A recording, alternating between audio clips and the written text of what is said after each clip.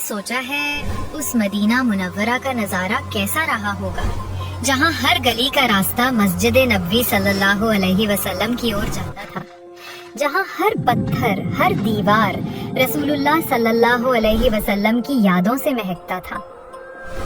Medina Munawwara को यस्रिब कहा जाता था। ये जगह खजूर के ऊंचे ऊंचे दरख्तों से भरी हुई थी। शहर दो काले पत्थरीले पहाड़ी इलाकों के दरमियान आबाद था। जुनूब में एक पहाड़ और शुमाल में मशहूर उहुद पहाड़ खड़ा था। उस वक्त घर मिट्टी से नहीं बल्कि पत्थरों से बनाए जाते थे। शहर के बिल्कुल दरमियान में था मस्जिद नबवी सल्लल्लाहु अलैहि वसल्लम। हर गली हर रास्ता मस्जिद ही की तरफ जाता था। उसकी छत खजूर की डालियों और पत्तों से ढकी हुई थी। मस्जिद के पीछे वाले हिस्से में था सुफ़ा, एक जगह जहां गरीब और मिस्कीन रहा करते थे। यही पास में थी रसूलुल्लाह सल्लल्लाहु अलैहि वसल्लम की अज़वाज के हुजरे, सैयदा आयशा रज़ी अल्लाह अन्हा, सैयदना अली रज़ी अल्लाह अन्हु और सैयदा फातिमा ज़हरा रज़ी अल्लाह अन्हा, सैयदा ज़ैनब रज़ी अल्लाह अन्हा, सैयदा उम्मे हबीबा रज़ी अल्लाह अन्हा, सैयदा जुवैरिया रज़ी अल्लाह अन्हा, सैयदा सफिया रज़ी अल्लाह अन्हा, सैयदा सौदा रज़ी अल्लाह अन्हा और सैयदा उम्मे सलमा रज़ी अल्लाह अन्हा। करीब ही हजरत उमर बिन खत्ताब रज़ी अल्लाह अन्हु और हजरत अबू बकर सिद्दीक रज़ी अल्लाह अन्हु का घर था।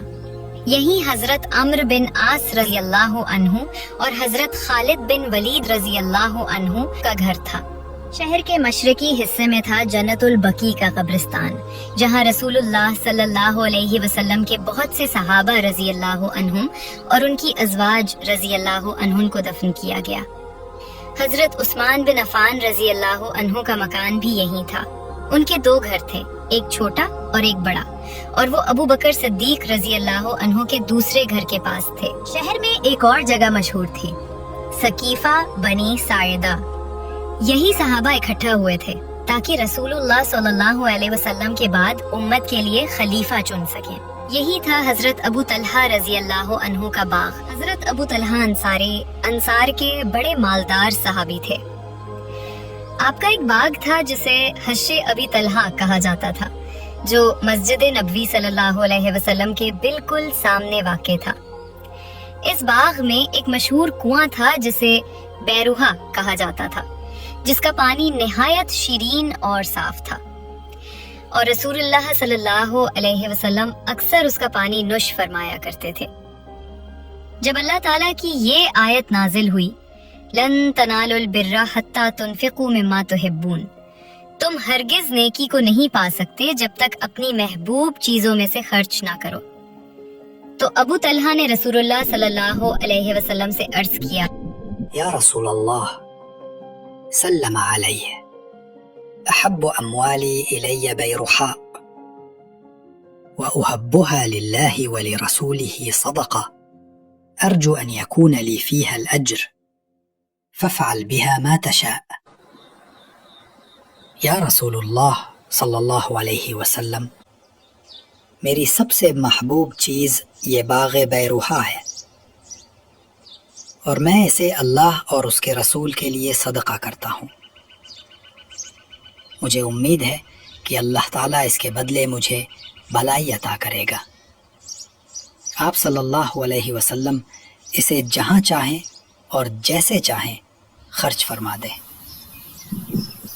ये सुनकर रसूलुल्लाह सल्लल्लाहु अलैहि वसल्लम खुश हुए और मुस्कुरा कर फरमाया, बख बख ज़ालिका मालुन राबिह व अना अरा अन तजअलहु फिल अक़रबीन।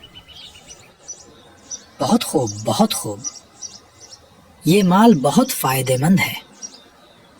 मैंने तुम्हारी बात सुन ली और मेरी राय ये है कि तुम इसे अपने करीबी रिश्तेदारों में बांट दो, यही तुम्हारे लिए सबसे बेहतर होगा। चुनाचा अबू तलहा ने अपने अजीज़ो अक़रबा, भतीजों और भांजों में वो बाग बांट दिया। ये था मदीना मुनव्वरा, जहाँ हर दीवार ईमान की गवाही देती है। اگر آپ چاہتے ہیں کہ ہم آپ کو اور بھی سنائیں اس دور کی جھلکیاں تو اس سفر میں ہمارے ساتھ رہیے، لائک کیجئے، شیئر کیجئے اور اپنے دوستوں کو بھی بتائیے تاکہ ہر دل میں مدینہ منورہ کی محبت اور گہری ہو جائے۔ اگر آپ کے دل میں بھی مدینہ منورہ کی محبت بستی ہے تو کامنٹ میں لکھیے لبیک یا رسول اللہ صلی اللہ علیہ وسلم۔